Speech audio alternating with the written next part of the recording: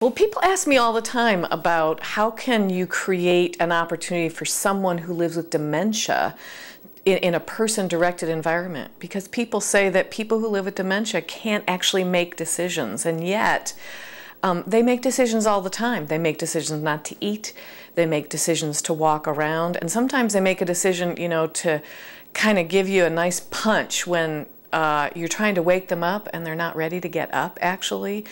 And so when we think about that person-directed environment for someone who lives with dementia, we want to respond to them and what decisions they're making and create opportunities where they can make decisions. In order to do that, we need to approach that person as if they're an adult and they still are thinking and feeling and being just like we are as an adult.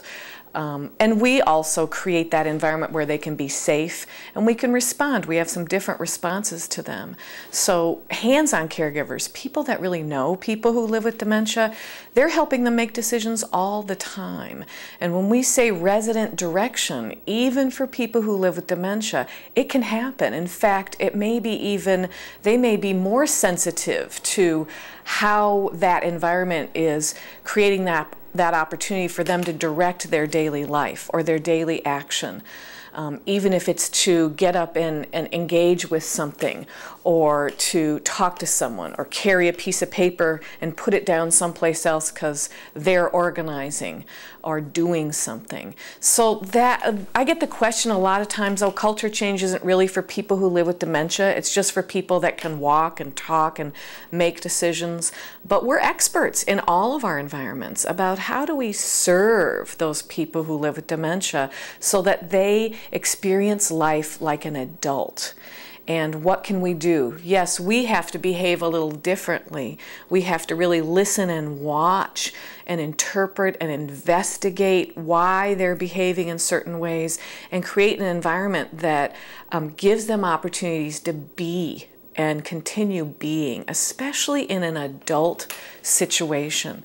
They may be acting like children in terms of the decisions they're unable to make, but they're not children. And our job is to really find the way to meet them as an adult and treat them as an adult and interact with them as an adult. An example is the other day I was working with a group of people, and we were talking in a group, in a living room with staff and people who live with dementia. And one of the staff people kept talking about Ruth and about Helen, but not looking to Helen and saying, Helen, your family does this. It was real simple for someone to just talk about you as if I was saying, oh, Pat does this, he does that, but not saying to you, what do you do? And just that simple change or shift in how we interact by including that person, because especially people who live with dementia, they're highly sensitive to kind of the emotional environment.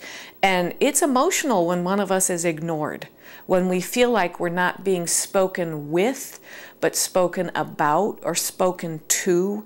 Most adult interactions we speak with. We wait for interaction. We pause. There's certain kind of eloquence in the way we interact with each other. And sometimes we just, for some reason, forget that with people who live with dementia. So when we want to create those environments for people who live with dementia in a culture change environment, and we're calling it resident directed, of course, always it can be with people who live with dementia, as well as with anyone else who lives in our environment.